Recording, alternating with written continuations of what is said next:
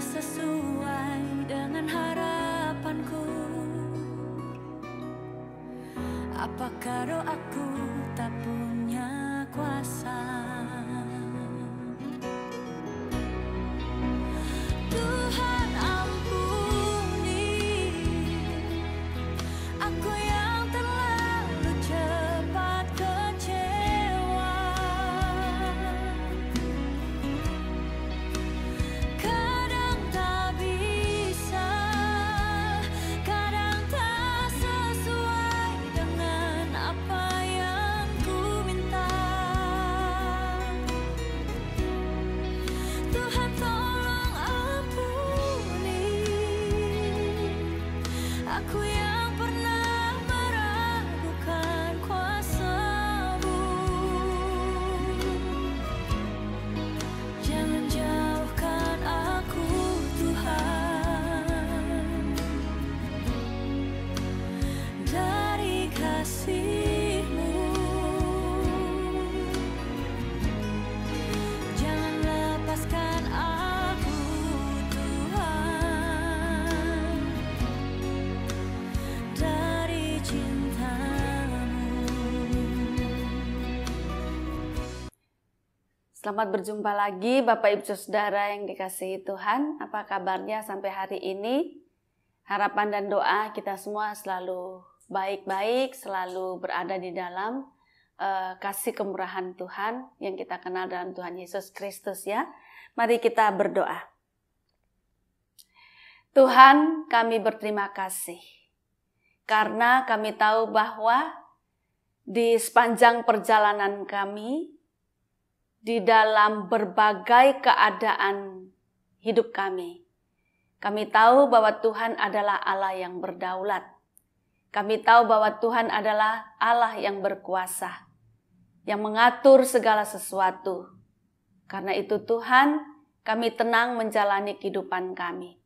Hari ini kami ingin baca firman-Mu, agar kembali kami dikuatkan akan kehendak Tuhan. Terima kasih, dalam nama Tuhan Yesus kami berdoa. Amin. Bapak Ibu Saudara, saya mengajak kita membaca dari kitab Yesaya pasal 43 ayat 10 sampai ayat 13 yang berbunyi demikian. Kamu adalah saksi-saksiku, demikianlah firman Tuhan. Dan hambaku yang telah kupilih, supaya kamu tahu dan percaya kepadaku dan mengerti bahwa aku tetap Dia. Sebelum aku tidak ada Allah dibentuk, dan sesudah aku tidak akan ada lagi. Akulah Tuhan, dan tidak ada juru selamat selain daripadaku. Akulah yang memberitahukan, menyelamatkan, dan mengabarkan, dan bukannya Allah asing yang ada di antaramu. Kamulah saksi-saksiku, demikianlah firman Tuhan, dan akulah Allah. Juga seterusnya aku tetap Dia, dan tidak ada yang dapat melepaskan dari tanganku. Aku melakukannya, siapakah yang dapat mencegahnya? Demikian jauh pembacaan firman Tuhan. Yang berbahagia adalah setiap kita yang mendengarkan firman Tuhan, memelihara serta melakukannya dalam kehidupan kita setiap hari. Bapak, Ibu, Saudara yang dikasihi Tuhan Yesus Kristus, di dalam perjalanan panjang relasi antara bangsa Israel dengan Tuhan Allah, berulang-ulang kali Tuhan harus menyampaikan kehendak Tuhan, berulang kali meneguhkan iman umat Israel agar mereka tetap menjadi umat yang setia dan berada di dalam pimpinan Tuhan. Seperti saat ini juga yang kita baca dalam bacaan kita, kembali Tuhan mengingatkan kepada bangsa Israel, umat Israel, bahwa mereka adalah saksi-saksi Tuhan. Artinya bahwa melalui kehidupan mereka, melalui kesetiaan mereka kepada Tuhan, itu mereka menjadi saksi kepada dunia ini, siapa itu Tuhan, siapa itu Allah, siapa itu pencipta, siapa itu pemelihara, dan siapa itu penyelamat umat manusia dan dunia ini. Nah, Bapak Ibu Saudara, dari ayat 10 sampai ayat 13, saya membagi ada 3 poin yang Tuhan sampaikan kepada bangsa Israel. Yang pertama, kepada mereka diingatkan lagi bahwa umat Israel adalah saksi-saksi Tuhan. Nah, sebagai saksi Tuhan, mereka ini perlu mengetahui dan percaya kepada Tuhan. Mereka juga perlu mengerti, memahami bahwa Allah adalah Allah. Dan Allah itu adalah Allah yang kekal. Artinya dari dulu, sekarang sampai selama-lamanya. Tidak ada Allah yang lain. Dari dulu Allah itu, sekarang dalam hidup mereka ya Allah yang sama. Dan yang akan datang juga Allah yang sama itu, tidak akan ada Allah lain begitu. Nah, hal ini perlu berada di dalam diri bangsa Israel. Karena mereka perlu tahu benar siapa itu Tuhan, Sang Pencipta, Sang Pemelihara, Sang Penyelamat yang menyertai di sepanjang kehidupan mereka. Baru mereka bisa menjadi saksi menceritakan kepada orang lain. Mereka perlu yakin dan percaya kepada Tuhan, memahami benar bahwa memang tidak ada Allah lain selain Yahweh itu. Selain Tuhan yang menciptakan, yang memelihara dan menyelamatkan. Nah, Bapak Ibu Saudara, baru mereka bisa bersaksi kepada di dunia, kepada orang lain, kepada dunia ini bahwa Allah itu pencipta, Allah itu pemelihara, Allah itu juru selamat. Ia satu-satunya Allah dan mereka harus percaya. Nah, baru mereka bisa menarik orang lain untuk percaya kepada Tuhan Allah yang mereka percaya itu. Bapak, Ibu, Saudara yang dikasihi Tuhan Yesus, jadi ingat ya ketika Tuhan Yesus bangkit, lalu memesankan kepada murid-murid, bahwa murid-muridlah yang akan menjadi saksi tentang Tuhan Yesus. Maka panggilan kita sebagai orang Kristen adalah menjadi saksi-saksi Kristus. Dengan demikian kita perlu tahu siapa itu Tuhan Yesus. Kita perlu tahu benar-benar Tuhan kita itu siapa dan seperti apa, bagaimana karyanya, bagaimana cinta kasihnya dan seterusnya. Dan bukan cuma itu, karena kalau cuma itu iblis juga tahu bahwa Tuhan Yesus adalah anak Allah, juru selamat. Tetapi iblis memang tidak mau percaya dan tidak mau menyembah Tuhan Yesus. Kita bukan hanya tahu siapa Tuhan Yesus, tetapi kita anak-anak Tuhan Yesus ini perlu percaya sungguh-sungguh bahwa Tuhan Yesus itu adalah juru selamat. Ialah Allah yang berkuasa. Ia Allah yang kekal itu. Yang dulu ada, sekarang ada, dan sekarang juga ada. Sehingga sekarang ia menyertai kita, maka hidup kita ke depan pun kita jalani bersama-sama dengan Tuhan Yesus. Supaya apa? Supaya kita dapat menjadi saksi bagi dunia ini bahwa Yesus adalah juru selamat.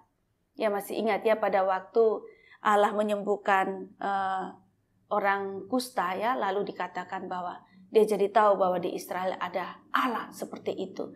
Maka melalui kehidupan kita, kepercayaan kita, kesetiaan kita kepada Tuhan Yesus, kita jadi saksi-saksi Tuhan Yesus Kristus. Yang kedua, dalam ayat 11 dan 12 mengatakan bahwa Allah itu satu-satunya juru selamat. Satu-satunya juru selamat. Allah yaitu Tuhan itu. Nah, Bapak, Ibu, Saudara, karena apa? Kenapa Allah harus berpesan kepada bangsa Israel melalui nabinya untuk meyakinkan mereka bahwa di dunia ini Tuhan adalah Tuhan dan tidak ada juru selamat yang lain. Hanya Tuhan itu yang menyelamatkan umat. Karena terlalu banyak tawaran-tawaran di dunia ini juru selamat palsu. Yaitu ya dukun-dukun lah. Terus dewa-dewa ya yang ditawarkan kepada dunia untuk umat Israel percaya. Padahal umat Israel tahu, yakin, dan itu kenyataan hidup mereka bahwa yang menyelamatkan mereka adalah Allah, Yahweh itu. Bapak Ibu, Yahweh kita kenal sekarang di dalam diri Tuhan Yesus Kristus. Tuhan yang mengorbankan diri di kayu salib, Tuhan yang menyelamatkan kita, Tuhan yang menghapus dosa kita melalui kematiannya di kayu salib.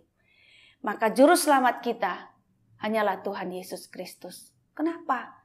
Karena kita butuh juru selamat, Bapak Ibu Saudara. Kita butuh Tuhan yang disalibkan, yang digantung di salib, yang menghapus dosa kita. Karena kita adalah orang berdosa. Tidak ada satu orang pun di dunia ini yang tidak berdosa.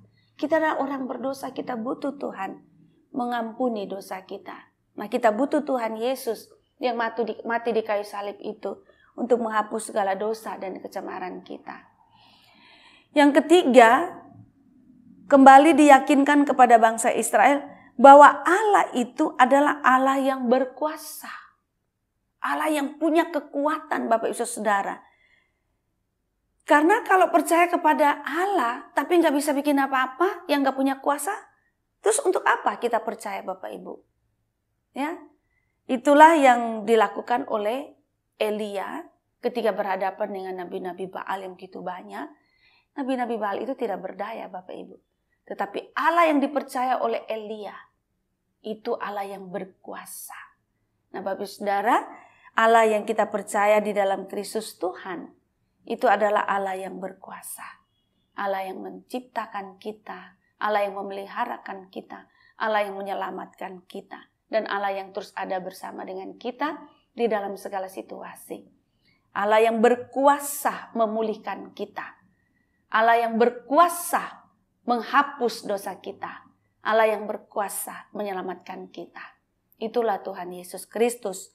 Karena itu Bapak Ibu Saudara, marilah kita berjalan di dalam kehidupan kita, di dalam segala keadaan kita. Kita terus percaya kepada Tuhan, percaya kepada Tuhan Yesus. Ia adalah Tuhan. Dan kita berusaha untuk menjadi saksinya melalui kehidupan kita, melalui kesetiaan kita, yang melalui ketaatan kita. Di dalam segala situasi kita tetap percaya. Dan kita tetap, Bapak Ibu Saudara, mengikut Tuhan, menyembah Tuhan. Jangan kita mengikuti tawaran-tawaran juru selamat kecil lain yang ada di dunia ini. Tetapi tetap percaya kepada Tuhan Yesus. Ia Allah yang berkuasa, yang pasti mampu untuk menolong kita. Dan ketika Tuhan menolong kita, maka kita juga bisa bersaksi kepada dunia ini tentang Tuhan yang berkuasa itu, supaya orang lain juga dapat datang kepada Tuhan dan mengalami kuasa Tuhan. Marilah kita setia menjadi saksi Tuhan Yesus Kristus. Amin. Kita berdoa. Tuhan, kami mohon Tuhan menolong kami, agar di dalam segala keberadaan kami mampu untuk setia kepada Tuhan, untuk tetap percaya kepada Tuhan, menyembah Tuhan, dan mengandalkan Tuhan sebagai Sang Juru Selamat kami. Tetap percaya pada kuasa Tuhan, sehingga Tuhan kami mampu untuk bersaksi kepada orang lain akan Tuhan yang berkuasa itu, akan Juru Selamat dunia ini, agar orang lain pun memperoleh kesempatan untuk datang kepada Tuhan dan mengalami pertolongan Tuhan, mengalami pemulihan Tuhan, mengalami kuasa Tuhan. Terima kasih, dalam nama Tuhan Yesus kami berdoa. Amin. Sekarang ku mengerti akan kasih